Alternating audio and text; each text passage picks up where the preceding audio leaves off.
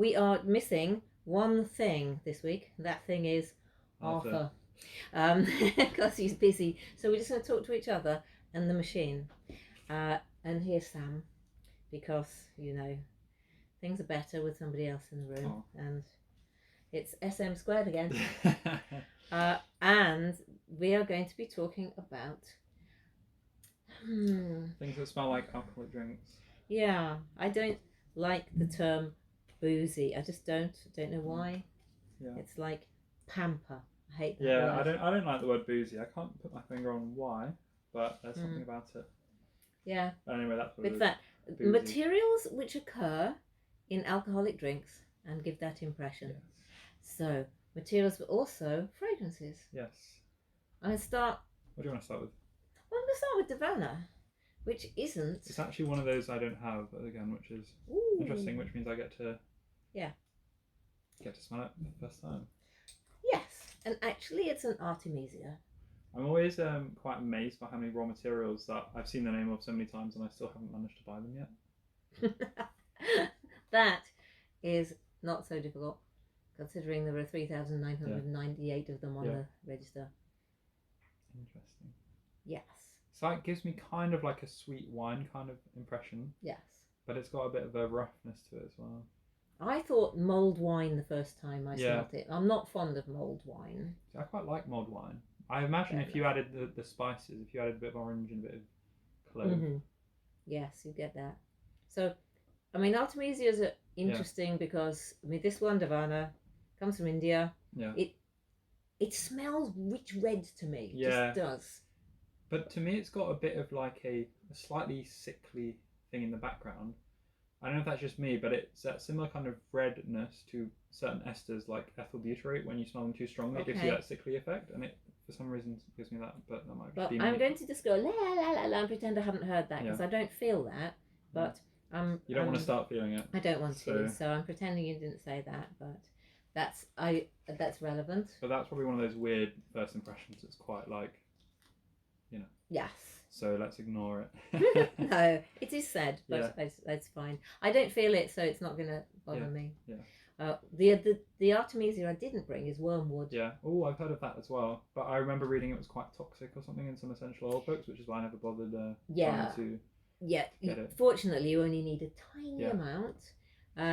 It's got thujone in it. Ah, that's the one, and that's like wintergreen as well, isn't it? Yes, and also cedar leaf. It's a neurotoxin because nature is wonderful. Which is not what you want. It's not what you perfume, want. I don't think. What did you bring? I've got an accord here, actually. Mm-hmm. Yeah. So I'll have to put one on each. Okay. What I'll do is I'll get you to smell it, and then you can tell me what cocktail. Oh no. Okay. What cocktail this is. Okay. Hopefully it works. Oh right. So, I'll give you that. Okay. And then you I'll have do those. it. Yes.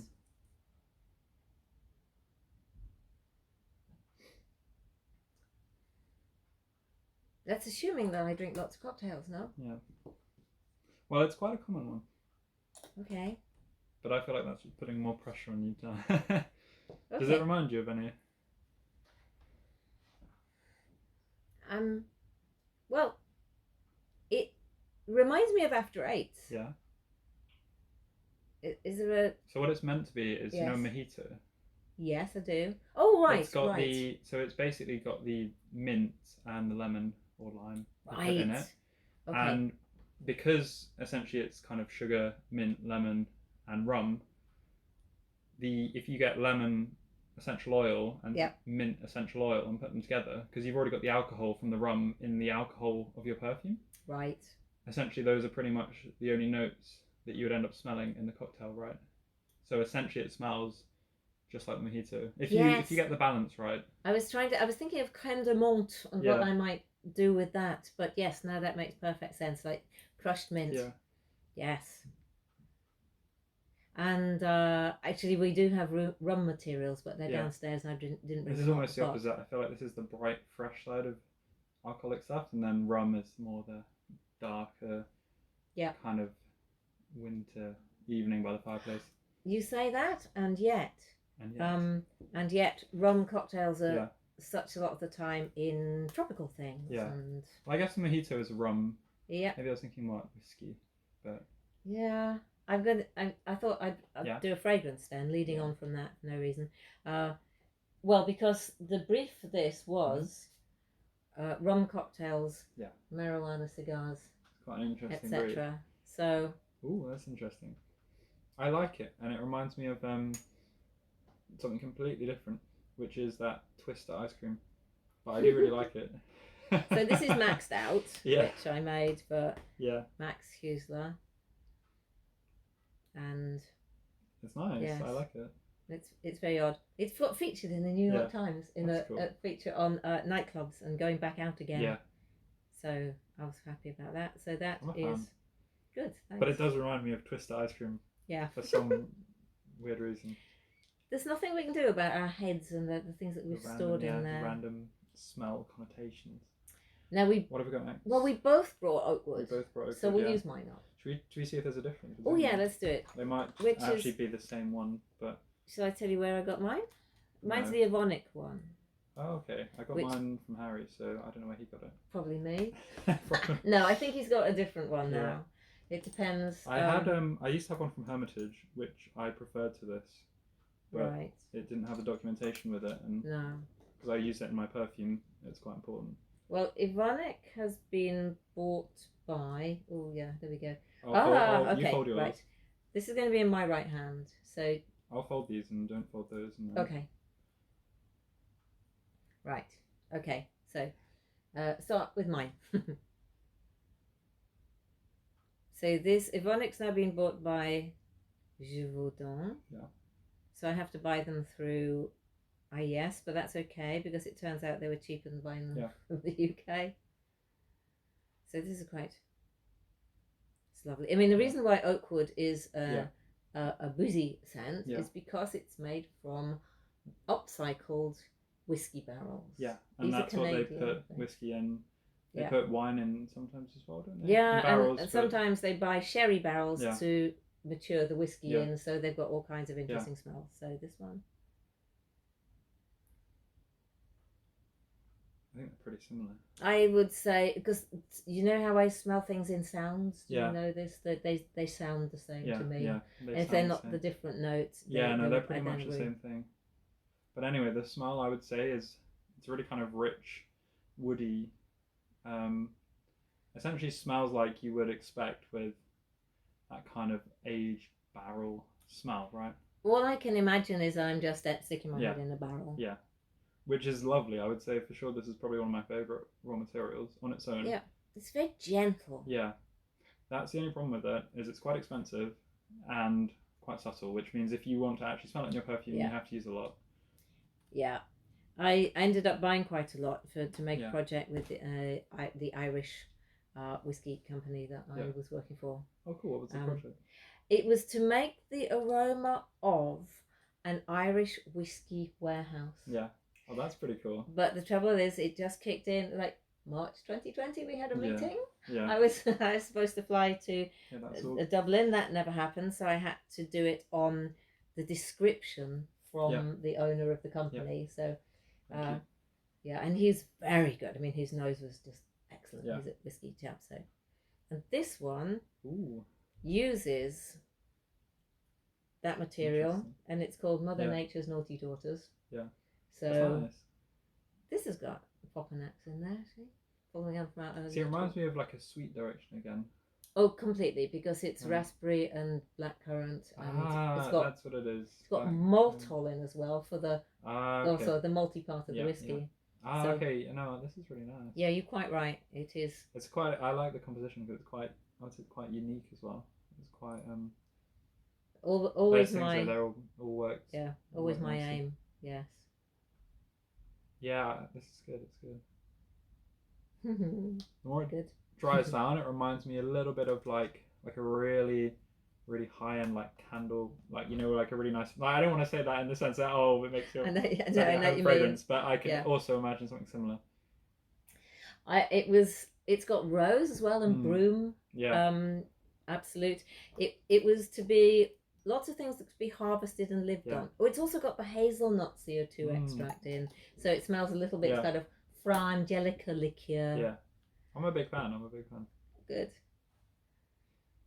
It's one of those ones that Arthur would put on and then, hope that someone would say to him, "Oh, what are you wearing?" So he can just go, "Mother Nature's naughty daughters." And this one is the Cognac essential oil, which it has to come from the grapes from the Cognac region, otherwise you're not allowed to call it Cognac. So some of them have had to be renamed because of those EU nomenclatures. It smells like that just raw, in your face, unfiltered, like winey kind of, like not wine, but like that it kind smells of very smell. Unmatured. Yes, you know what I mean? yes. Which I think it is. It's a bit like a lot greener. Yes. It's like you get your 25-year-old cognac. This is not it. Yes. This is like they've just distilled it. Yes. It might like. Yeah, it's got those like harsh. I wouldn't say harsh, but it's like those quite in your face like notes, right? I don't know how to describe, but they are a bit scrapey. Yeah, scrapey. That's the one. So it's like if you tasted it, you can imagine it going burning on its way down.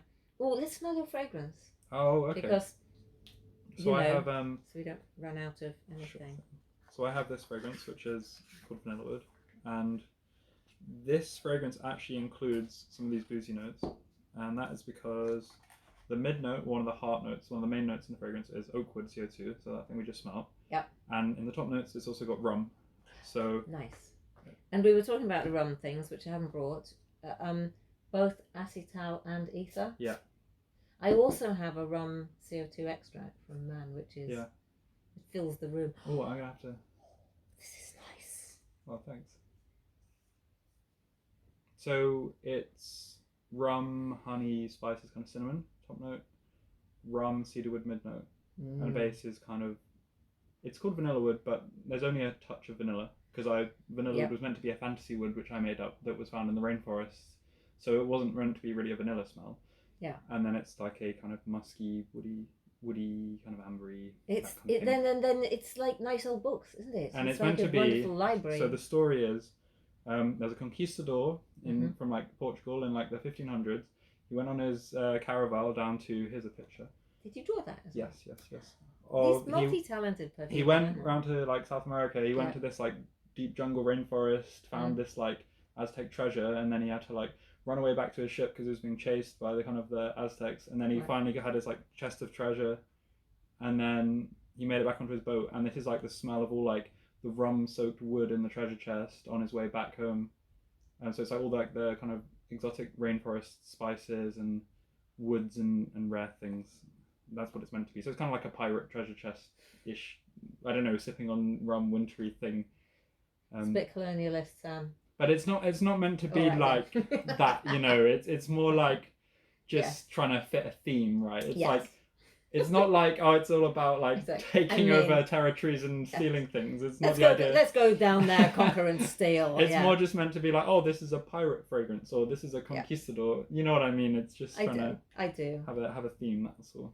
It's so, just that, disclaimer: I'm not endorsing like conquistadors and things like that. No, but at least if we would never have known what vanilla smelled like. Yeah.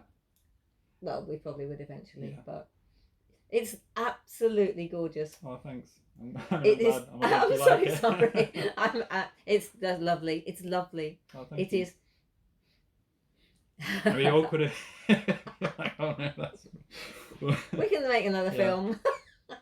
Oh, thanks. It is. This is. I'm stuck now. I just I'd like. Put it down. I don't want to. All right. How are we doing? You've got the. I know. We're gonna do a thing. 10 minutes. 10 minutes. We have. Well, I wanted to leap to. Gin. Ah, yes. Which is it's a completely different area when we think about it, because all of these are quite. These are more dark and red, woody. And yes. I would say gin is. I think the word Harry described it as on his website was sprightly. So he's great. Yes. Sprightly as long as you don't drink it. Well, that was I think specifically his. The aroma, yes. version. But this yes. is not the juniper berry, but this has juniper berry in it. So just for reference, gin is essentially juniper berry spirit, right? Yes, you can do your basic gin with juniper berry. Yeah. It tends to be that there are other botanicals in it as well. Yeah. So it's either distilled with them or the botanicals are added afterwards. Yeah. Now I know that the ethanol that we use for our perfumes, so that is from Mills. It is organic grain ethanol. Yeah. Ours is denatured as it has other stuff in it, so you can't drink it. But it is used to make gin. Yeah. So it's like a food grade ethanol. Yeah. Right. It is, and a lot stronger. Cool. It's like I would say the gin note is quite subtle in that, but that's not to say like, oh no, it's bad, you can't smell it. It's more like, oh, it's nicely balanced into it. Well, I'll tell you what this is, and this is called SCENTHUSIASM. Yeah. Which, just to confuse things, I have a fragrance which has the same name as the entire course. I do, but I originally made this for an event, like a creative exploratory day with Hendrix. Oh, okay. And they were looking into their original gin, all the botanicals that were used to make Hendrix. Yeah. Including the ones that they tend to put in to decorate it afterwards. It's funny because I don't want to cut you off, but I smelled this. I thought, this smells of botanicals. Yes. Do you know which botanicals? Because there are many used in gin. Junipers, you can't have gin without juniper. But... I wouldn't be able to put my finger on anything, but I do get a dry, I sometimes call this kind of smell a bitter woody smell, and that is what I would also describe petit grain as. But I don't think there's necessarily petit grain in here. But it gives me that kind of like, you know what I mean? It's that like more, like birchwoody, like side of woods. That more like it's like up high rather than down low. It's definitely up high. So I don't know what it would be, but I'm going to tell you what's in it, and then I'm going to watch you go, oh yeah, of course it is. Yeah. All the way through. Yeah, go on. So this has lemon and orange. Yeah. Okay, yeah. It's got coriander. Ah, okay. Yeah. Orris. Ah, yeah. Now you say it. Cucumber. No, you're right. Yeah. Rose. Yeah, wait. Not getting that as much. But... Okay. No, the orris kind of overpowers it a bit. But, the orris is quite... We mentioned it as juniper. Now, the other thing that they use is yarrow. But I didn't put that in because yarrow smells somewhere between blue cheese and socks. That's not what you want then, is it? Well, I begin to wonder if I ought to have put it in. Have you heard of sorry, really random. Have you heard of tropical iron alpha cetin B? No. Okay, that smells to me like that, and it's kind of horrible. So if you ever need it, but anyway. But you know what it's like if you put something a little bit horrible in, it makes it interesting. Yeah. Usually, if you just put things in that are nice, it just gets very, very bland and dull. Yes. So that is a. I could just I like it. It's nice. It's like, and I feel like this is a. If Hendrix wanted a perfume, I think this is. Well, I ended up making it for the event because they said, would I bring along all these different things so they could smell them separately? And I thought, well, the sensible thing to do would be to mix them all together and present them with a perfume. So I did. Yeah. And so they all took it away. Did they like it? They did. They were knocked out. I think it's cool. Yeah. It's not bad. Not everyone wants a smell of gin. It actually smells all of gin. But if you're gonna go purist, then that is that. I feel like if your passion, like you are into like collecting botanicals and spirits as that was your thing, then this would be the perfume. It would be the one for you. Yeah. Is your other one? The other ones aren't really boozy at all, so maybe they're not really fitting in. Don't care. Much to the. Let's smell it while we're here. Well, otherwise, when we're going to get a chance? There's two. I mean, so there's actually a trick. Oh, all right. Because this packaging I had printed a long time ago, and it's finally going to be used, but I haven't got the ingredients through to make the batch yet. Okay. Anyway, I have So I've got two things. I've got this thing which I released in summer. This is a summery citrus kind of. I would call it like an after sport splash on or something. Okay. But really for whatever. And this is my new perfume, which is cherry and other things. Essentially, this is like a harvest time perfume. So I don't know which one you want to smell, but new one. New one. Okay. So this is the new one. I'm hopefully releasing this in a few weeks. Essentially, as soon as I get the safety dogs come through. And Top notes: apple, cherry, wheat. Mid notes: jasmine, lavender, and beeswax. And base notes: musk, heliotrope, and ambergris. So the idea is it's called Moonlight Harvest. You know when in the midsummer, late midsummer, you're walking through the fields of wheat just before they cut them. So you've got and it's like really late, like 10 p.m. at night, and it's still light. You see the moon and the sun together, and you've got like all the wheat smells. I've never lived in the countryside. You're sounding a little bit like Theresa